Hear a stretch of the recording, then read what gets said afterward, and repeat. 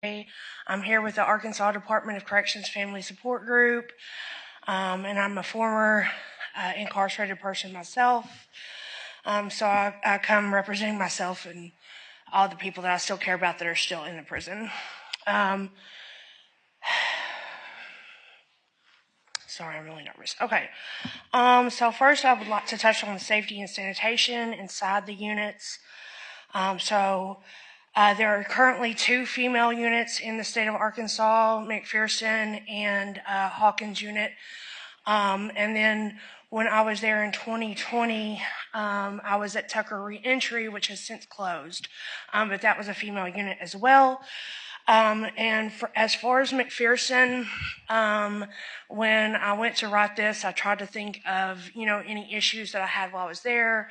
And the biggest safety concern, I would say, is that the roof leaks and it's not been fixed. I've been to prison numerous times. I've been 3 times, starting in 2013, and my last time I got out in 2021.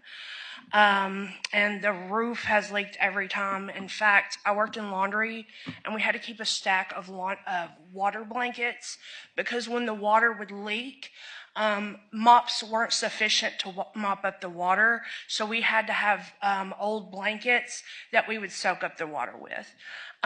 You can imagine the safety issues that would bring about, but also sanitation. It's not sanitary to just let water leak everywhere and just put a blanket down to soak it up. This might seem like a small thing, but McPherson is a really large prison. It's huge, and it's throughout the entire prison. It's a safety concern. The next issue I want to speak on is the lack of staff that I witnessed while I was there. I was a chemical clerk, which means I would go around from one housing unit to the other and deliver their chemicals. And then at midnight, I was given the task of going and picking up their empty bottles because they couldn't just sit stagnant in the units. So when I went one night to Housing 1, there was a young male officer there who was visibly upset. He was upset because there are supposed to be 2 officers on the floor and 1 officer in the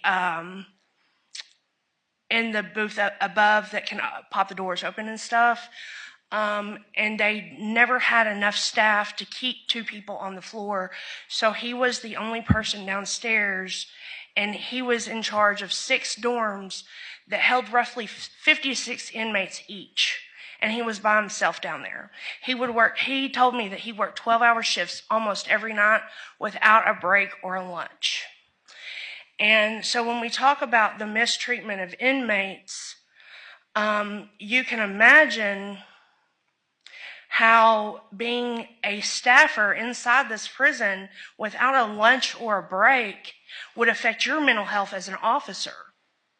And that the inmates receive the blowback from that, is what I'm trying to say. And so if you want to correct the problem, it starts with ensuring that the prisons are staffed to capacity, not at 60%.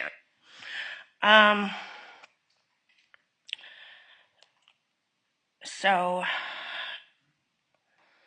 the next thing I want to talk about is the prison policy concerning communication. So Arkansas Department of Corrections has one of the strictest communication policies in the country. In a study done in 2021, only 3 states paid higher rates for phone calls than Arkansas, who was charging 31 cents per minute for phone calls. I did a bit of research and found out that currently loved ones are paying 19 cents per minute, and their phone calls now allow for 30 minutes. And that is an improvement, but we could still do more. Massachusetts recently signed a bill that would make phone calls free for inmates. And in Michigan, phone calls are only 7 cents a minute, and they get one free phone call on Mondays. And I know that you're probably thinking, why should we care? If you don't want to pay, phone prices for prison phone calls, don't go to prison. Well, the people that are paying for these phone calls are not the inmates, it's the family members. And so you've got... Clay, I'm sorry, your 5 minutes is up. Okay. Goes by fast. It does. Any questions from committee members? Senator Johnson, you recognize. So the roof situation, that'll be something that we might need to address with the unit whenever we come back up here. I appreciate you bringing that, and we'll probably ask about the staffing also. Those things might have changed over time, so thank you for your testimony. Thank you. Thank you for listening.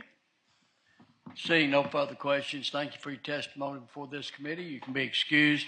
Signed up next is Sandra Bradscombe. I'm here as Ms. Bradscombe, you do not want to testify? Well, unless it would help for me to say that I agree with whatever everybody else already said, because I know everything that was mentioned. Okay, you're just going to surrender your time to the others? As agreeing with that, yes. Who is this right here? What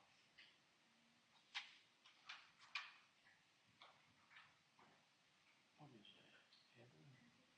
Heather?